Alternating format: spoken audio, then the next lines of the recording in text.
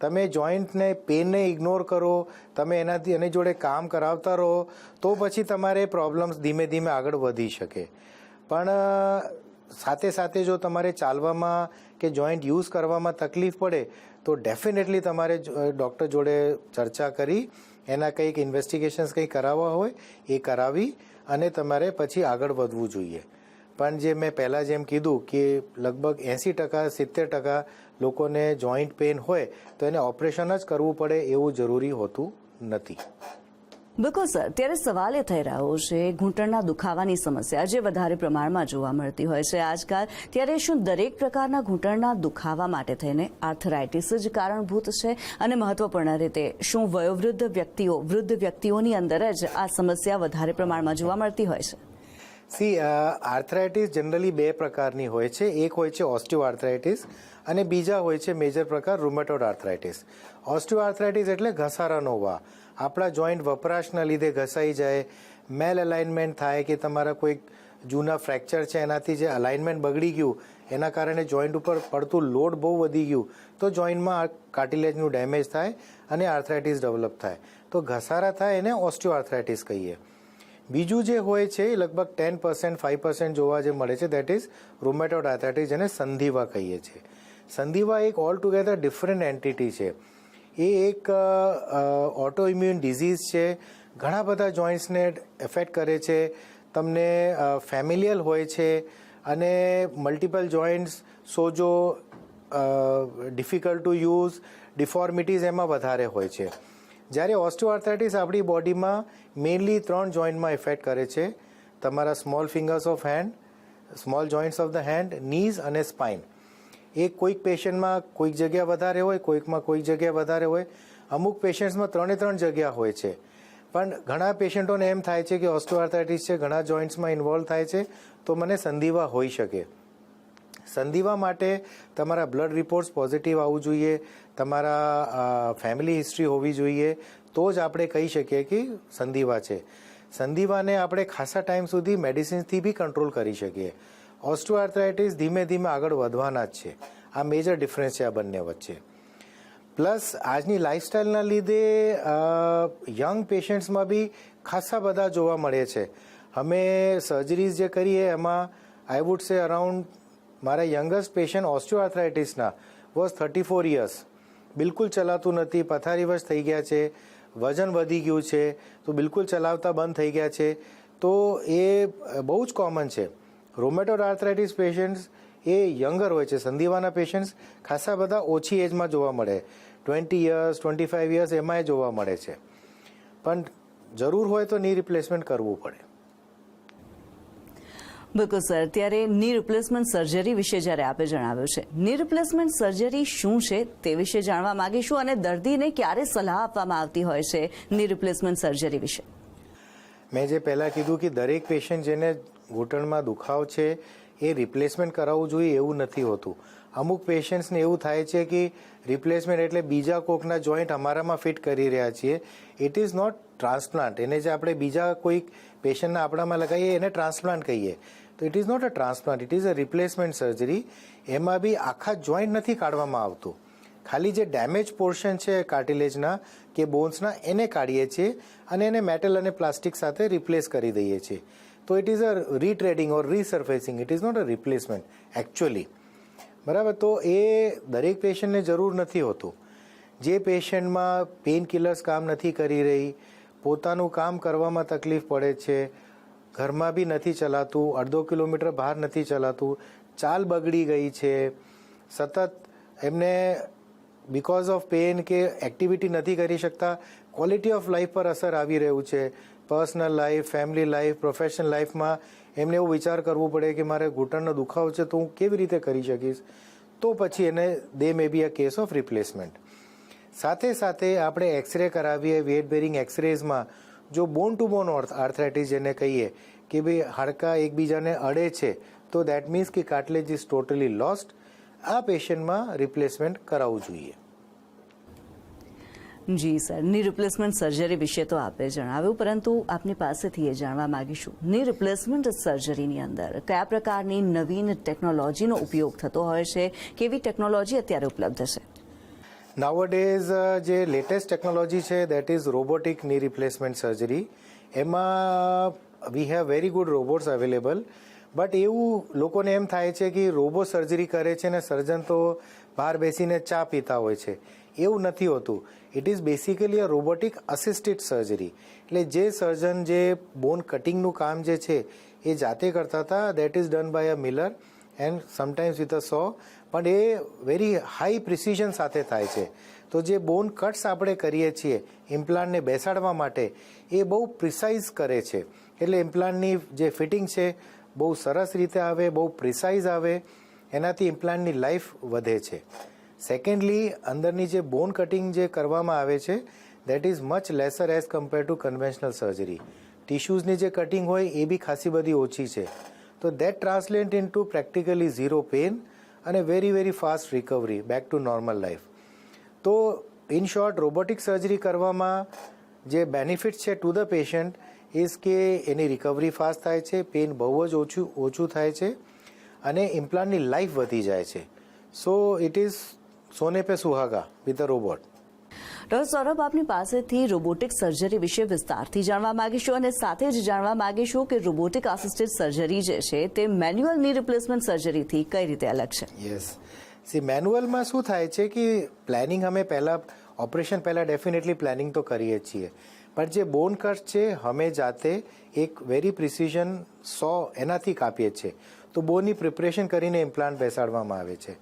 જ્યારે અમે જે રોબોટિક સર્જરી કરીએ, રોબોટિકમાં પહેલાં સીટી સ્કેન થાય. જો ઇમેજ બેઝ રોબોટ હોય તો એમાં પહેલાં સીટી સ્કેન થાય, એના એક 3D મોડલ જનરેટ થાય, એ સોફ્ટવેરમાં ફિટ થાય.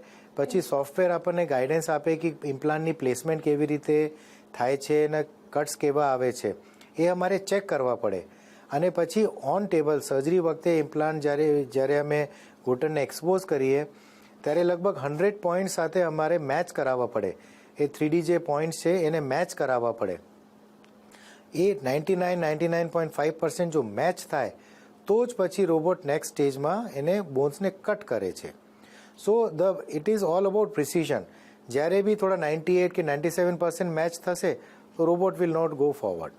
તો એને મેચ કરાવીને પછી બોન કટ્સ થાય.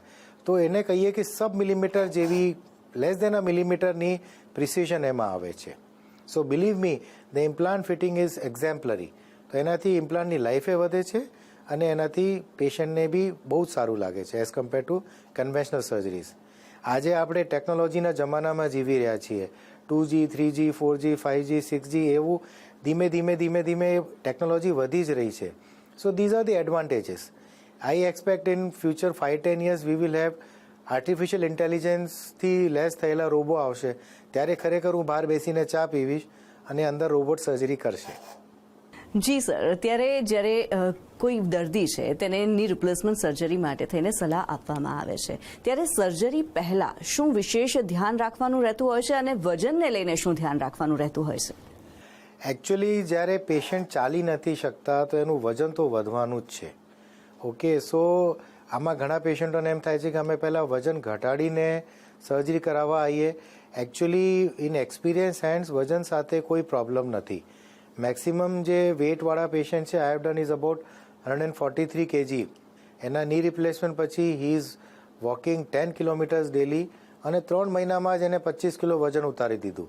ડાયટના એ લોકો ધ્યાન નથી રાખતા પણ ખાલી ચાલવાથી એમના ખાસા બધા ફેર પડી જાય છે. બીજું કે ધ્યાન શું રાખવાનું, તો તમને કોઈ કોમોર્બિડ કન્ડિશન્સ જેવા કે હાઇપરટેન્શન, શુગર, હાર્ટની કોઈ કન્ડિશન એવી હોય તો એ ડૉક્ટરને જણાવવાનું કે ભાઈ એ મેડિકલ કન્ડિશન્સ છે. અમુક દવાઓને we may have to stop before the surgeries. મોટાભાગે અમે દવા બંધ નથી કરતા પણ લોહી પાતળા કરવાની અમુક દવાઓ છે that we have to stop. પણ ડૉક્ટરને ચોક્કસ જણાવવાનું કે ભાઈ આ મેડિકલ કન્ડિશન્સમાં શું છે. દર્શક મિત્રો, આપણે ચર્ચા કરી રહ્યા છીએ આર્થરાઇટિસ અને ની રિપ્લેસમેન્ટ સર્જરી વિશે. આ ચર્ચાને આપણે આગળ વધારીશું પરંતુ હાલ સમય છે એક નાનકડા બ્રેકનો. सुनो एक अच्छी इंश्योरेंस पॉलिसी एआई से पूछते हैं. एक ऐसी पॉलिसी जिसमें प्रीमियम पेमेंट हो लिमिटेड पर इनकम आती रहे लाइफ टाइम. LIC का जीवन उत्सव. एक ऐसी पॉलिसी जो दे होल लाइफ इंश्योरेंस कवर भी. LIC का जीवन उत्सव. वाओ, चलो तो LIC की जीवन उत्सव पॉलिसी ही लेते हैं। मैं भी तुमसे यही कह रही थी, LIC का जीवन उत्सव। लाइफ टाइम सेलिब्रेशन मनाइए LIC के जीवन उत्सव के साथ फ्यूचर सेट है। विचार એટલા સફેદ તમારી આંખોનો તારો ધવલભાઈ ધોળિયા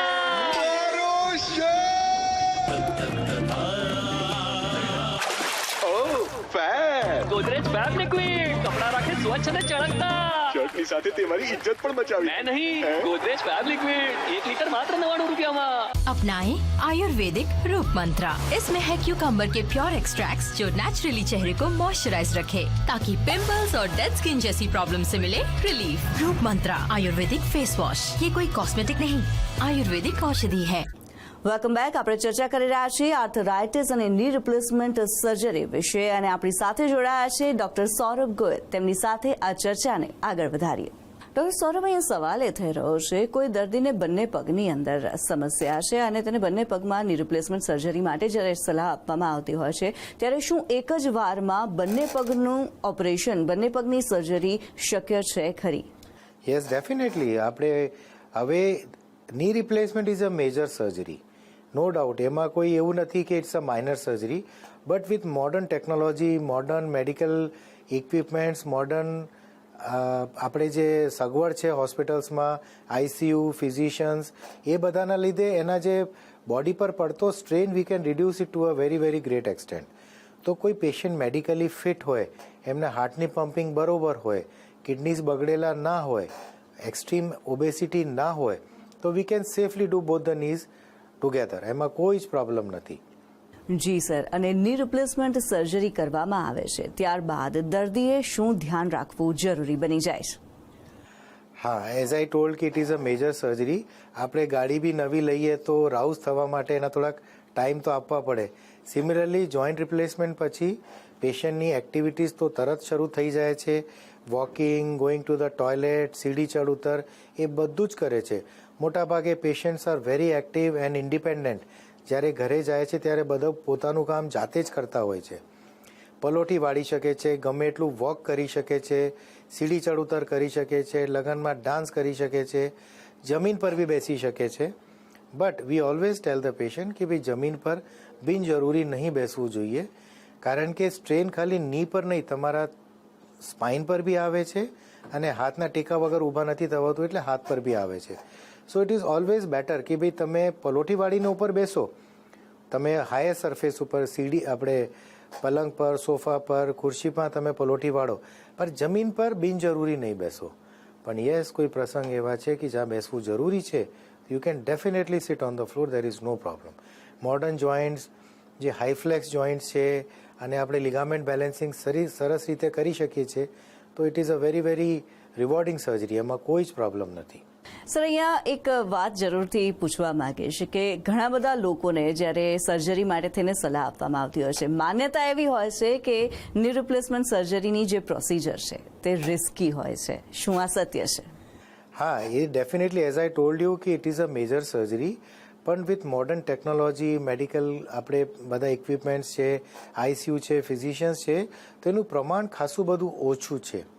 આપણે જ્યારે કહીએ કે કોઈ સર્જરી મેજર છે કે માઇનર છે, એ ટાંકા ઉપર આધાર નથી હોતો કે 4% સર્જરી છે એટલે માઇનર છે અને 15% 15 સૂચર્સની જે સર્જરી છે એ મેજર છે. આપણી બોડીને હીલ થવા માટે, એ સર્જરીના જે ઇન્જરી છે એને હીલ થવા માટે બોડીને કેટલું ઇનપુટ આપવા પડે છે એ ડિપેન્ડ કરે છે. કે દેટ ડિસાઇડ્સ કે ભાઈ surgery is major or a minor surgery. તો knee replacement is a major surgery, but આપણે કુશલ હાથોમાં properly done surgery with proper operation પછીની જે સારવાર છે, કેર છે, તો it is a very very rewarding surgery અને પેશન્ટની ક્વોલિટી ઓફ લાઈફમાં બહુ જ મોટો ફેર પડી જાય છે આનાથી. ડોક્ટર સૌરભ, અહીંયા સવાલ એ છે કે કોઈ દર્દીને ઘૂંટણની સમસ્યા છે, ઘૂંટણના દુખાવાની જે સમસ્યા છે અને સર્જરીની સલાહ આપવામાં આવી છે, કેટલા વધુમાં વધુ કેટલા સમય સુધી તે આ સર્જરીને પાછળ ઠેલી શકે છે? જે આપણા જોઈન્ટ એકવાર ખરાબ થઈ ગયા છે તો we have to replace it. હવે તમે બહુ સાચું પ્રશ્ન પૂછ્યું, કારણ કે લોકો બસ પૂછે છે, 50% લોકો પૂછે છે કે અમે કેટલું ટાઈમ કાઢી શકીએ. એકચ્યુઅલી ટાઈમ કાઢવામાં યુ આર નોટ ગેઇનિંગ એનીથિંગ. આજે સર્જરીની સલાહ આપી તમને, પછી તમે 6 મહિના પછી સર્જરી કરાવો તો કોઈ એકદમ કંઈ બગડી નથી જવાનું, પણ તમારી ક્વોલિટી ઓફ લાઈફ પર સફર થાય, તમારે પેઇન કિલર્સ ખાવા પડે, તમારા બીજા સાંધા ઉપર ડેમેજ થઈ શકે, એ બધું તમારે સમજવું પડે. પેઇન કિલર્સ અમે નોર્મલી બહુ માઇલ્ડ પેઇન કિલર્સ લખતા હોઈએ, પણ કોઈ કે આમ કીધું કે ભાઈ આ ખાઓ દવા, લીલી દવા ખાઓ, બ્લુ દવા ખાઓ, આનાથી સારું રહેશે. સ્ટેરોઇડ્સ ચાલુ કરી દે છે. સ્ટેરોઇડ્સ ખાવાથી તો પેશન્ટને ઇનિશિયલી એમ જ લાગે કે ડૉક્ટરે તો મને ખોટી સલાહ આપી, આ દવા ખાવાથી તો હું એકદમ દોડતી થઈ ગઈ છું. બટ અલ્ટિમેટલી સ્ટેરોઇડ્સના બી આડઅસર થાય, તમારા બોડી એકદમ ખોખલી થઈ જાય, તમારા બધા હાર્ટ, કિડની, લંગ્સ, લીવર બધું જ ખલાસ થઈ જાય, મસલ્સ એકદમ ઓગળી જાય, બોન્સ ઓસ્ટિયોપોરોસિસ થઈ જાય. અને જ્યારે સ્ટેરોઇડ્સનું અસર આવતું બંધ થાય ત્યારે કદાચ સર્જરી પણ ના કરી શકે એવી પરિસ્થિતિ થઈ જાય છે. હેવી પેઇન કિલર્સના લીધે તમારા કિડની ડેમેજ થઈ શકે, લીવર ડેમેજ થઈ શકે, સ્ટમક ખરાબ થઈ જાય છે. તો આ લેવાથી કોઈ બેનિફિટ નથી. ઘણા પેશન્ટો એમ કહે કે અમારે સર્જરી નથી કરાવી. ઓકે, નો પ્રોબ્લેમ, બટ તમારે સમજવું જોઈએ કે what you are missing, number 1, અને વોટ યુ આર લૂઝિંગ, બંને વસ્તુ તમારે સમજવું જોઈએ. પછી 2 વર્ષ પછી, 3 વર્ષ પછી તમે કહો કે હવે મારે કરાવવું છે, સર્જરી તો ગમે ત્યારે થઈ શકે, પણ એ ટાઈમ તમે તમારી ક્વોલિટી ઓફ લાઈફને બગાડ્યું, બીજા સાંધાને બગાડ્યા અને તમારી કિડનીના પેટને બગાડ્યું. That is not correct. અને સર, વિશેષ રીતે કોઈ દર્દીને અન્ય બીમારીઓ છે, અન્ય મેડિકલ કન્ડિશન્સ છે, તો તેમના માટે થઈને આ સર્જરી કરાવવી શક્ય બને ખરી? Yes, definitely. Not all the cases, પણ યસ, તમારા શુગર 200થી નીચે હોય, તમારા હાર્ટની પમ્પિંગ ઓકે હોય, તમારા 30-40%, નોર્મલી આપણે હાર્ટની પમ્પિંગ લગભગ 55 to 60% હોય છે, પણ we can do surgeries in 20-25% with due risk and due care. We can do surgeries even in very severe heart conditions. Bypass થયેલા છે, સ્ટેન્ટ મુકાયેલો છે, શુગર માટે ઇન્સ્યુલિન ચાલતી હોય, there is not a problem. તમારે ઓપ્ટિમાઇઝ કરીને we can definitely do a knee replacement. તમે એકવાર પેશન્ટ હરતા ફરતા થઈ જાય તો તમારા શુગર સારા એવા કંટ્રોલ થઈ જાય છે, તમારા હાર્ટની પમ્પિંગ ઇમ્પ્રૂવ થઈ શકે છે, મેડિસિન્સનું બેટર ઇફેક્ટ આવે છે, અને ઓવરઓલ ક્વોલિટી ઓફ લાઈફ સુધરી જાય છે. So with all possible risk, due risk, આપણે ઓપ્ટિમાઇઝ કરીને કરી શકીએ, પણ એના માટે તમારે ડૉક્ટરને મળીને એને સલાહ મુજબ એક્ટ કરવું જરૂરી છે. ત્યારે ડૉક્ટર સૌરભ, જ્યારે ની રિપ્લેસમેન્ટ સર્જરી વિશે આપણે ચર્ચા કરી રહ્યા છીએ, અમારા દર્શક મિત્રોને આપના દ્વારા શું વિશેષ સલાહ આપવામાં આવશે? મેઇન તો એ જ છે કે ભાઈ દરેક કેસ જેને દુખાવ થતું હોય એના માટે એને વિચારવાનું કે એને તો સર્જરીની સલાહ આપી દીધી છે. You have to go to the doctor. હું મારી પ્રેક્ટિસમાં તમને કહું 60% પેશન્ટ્સને હું ઓપરેશનની સલાહ નથી આપતો. ઉલટાનું આઈ કેન ટેલ ધેમ કે ભાઈ how to protect your knees from me.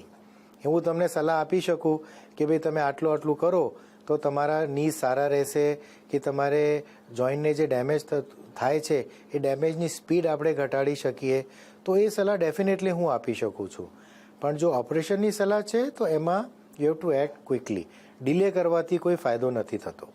Doctor Saurabh, ની રિપ્લેસમેન્ટ સર્જરી વિશે તો વાત કરી રહ્યા છે, આર્થરાઇટિસ વિશે તમે જાણકારી આપી છે, પરંતુ કોઈ વ્યક્તિ, કોઈ દર્દી જે છે તેને આર્થરાઇટિસ ન થાય, તેને ની રિપ્લેસમેન્ટ સર્જરીનો વારો જ ન આવે, તે માટે થઈને શું કહેશો? આર્થરાઇટિસ જે મેં કીધું ને કે it is more or less hereditary. જો આપણા પેરેન્ટ્સને હોય, કોઈક બી દર્દીને પેરેન્ટ્સને હોય તો એને લગભગ 85 to 90% ચાન્સીસ છે કે એને આર્થરાઇટિસ થઈ શકે. બીજા જે છે રૂમેટોઇડ આર્થરાઇટિસમાં બી એવું જ છે કે તમારા પેરેન્ટ્સને છે, પર્ટિક્યુલર લેડીઝમાં, તો એને થઈ શકે. બટ યસ, આપણે એની આગળ વધવાની જે ડેમેજ થવાની જે સ્પીડ છે એને ખાસી બધી આપણે ઓછી કરી શકીએ. સંધિવા રૂમેટોઇડ આર્થરાઇટિસવાળા પેશન્ટને સંધિવાની દવા જાતે બંધ નહીં કરવી જોઈએ, ડૉક્ટરની સલાહ મુજબ ચાલુ રાખવી જોઈએ.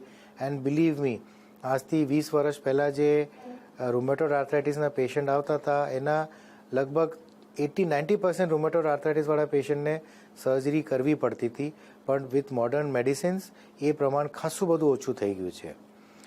બટ આર્થરાઇટિસમાં તમારા વજન કંટ્રોલમાં રાખો, બી એક્ટિવ, દેટ ઇઝ ધ મંત્ર. ભગવાને દરેક જાનવરને દોડવા માટે બનાવ્યું છે, ખાવા માટે અથવા તો જીવ બચાવવા માટે. ઇન્સાનને આ બંને વસ્તુ માટે દોડવાની જરૂર નથી હોતી. એના લીધે જ આર્થરાઇટિસની સમસ્યા વધી ગઈ છે. So be active. તમે જેટલું વોક કરશો, cycling is a very very good exercise. સાયકલિંગના એડવાન્ટેજમાં કે તમારા બોડી વેટ નથી આવતા જોઈન્ટ્સ ઉપર, પણ મસલ્સની જોરદાર પુષ્કળ એક્સરસાઇઝ થઈ જાય છે. જેટલા મસલ સ્ટ્રોંગ રહેશે એટલા તમારા જોઈન્ટ્સ પર પડતા લોડ ઓછા થશે. ઘણા લોકોને એમ થાય છે કે હું વોક વધારે કરીશ તો મારા જોઈન્ટ્સ બગડી જશે. એ ખોટી માન્યતા છે. ચાલવાથી ક્યારેય બી તમારા જોઈન્ટ નહીં બગડે. ઉલટાનું કાર્ટિલેજ એને ન્યુટ્રિશન મળે છે જ્યારે તમે વોક કરો, અને point of contact constantly change થતું જાય છે વોકિંગમાં, તો એનાથી જોઈન્ટ્સ ક્યારેય બી નહીં બગડે. ત્રીજી વસ્તુ કે ન્યુટ્રિશિયસ ફૂડ ખાવું જોઈએ. આપણે અત્યારે જંક ફૂડ બહુ ખાઈએ છીએ અને વધારે ફેટ, વધારે કેલરિક ડાયટ, વધારે આપણે ટ્રાન્સ ફેટવાળી ડાયટ લઈએ છીએ, એ નહીં લેવાની. ભગવાનના બનાવેલા natural fruits, vegetables, seasonal fruits, locally grown fruits and vegetables, colourful fruits and vegetables એ અમૃત સમાન છે. આપણે લેવું જ જોઈએ. તો સિઝનલ ફ્રૂટ્સ એન્ડ વેજીટેબલ્સ આપણે કન્ઝ્યુમ કરવા જ જોઈએ. શિયાળામાં આપણે મેંગો ખાવાની આપણે મળે તો ખાવું જોઈએ, કે આપણે વોટરમેલન ખાવું જોઈએ, દેટ ઇઝ નોટ રાઇટ. શિયાળાના ફ્રૂટ્સ ખાઓ, ગરમીમાં ગરમીના ફ્રૂટ્સ ખાઓ, ઉનાળામાં. So seasonal fruits are very important. So nutritious diet, activity, અને ડૉક્ટરની સલાહ મુજબ તમને તકલીફ હોય તો ડૉક્ટરને મળો, પછી એ જે સલાહ આપે એ રીતે કામ કરો. So that will save your joints most likely. Doctor Saurabh, આપ અમારી સાથે સંદેશ ન્યૂઝના સ્ટુડિયો પર જોડાયા અને આર્થરાઇટિસ અને ની રિપ્લેસમેન્ટ સર્જરી વિશે અમારા દર્શક મિત્રો માટે થઈને આટલી મહત્વપૂર્ણ જાણકારી આપી. આપનો ખૂબ ખૂબ ધન્યવાદ. Thank you very much. Thank you. તો દર્શક મિત્રો, અમારી વિશેષ રજૂઆતમાં હાલ બસ આટલું જ. મને રજા આપશો. નમસ્કાર. આ ન્યૂઝના પ્રાયોજક હતા તિરુપતિ એડિબલ ઓઇલ. દરેક તહેવાર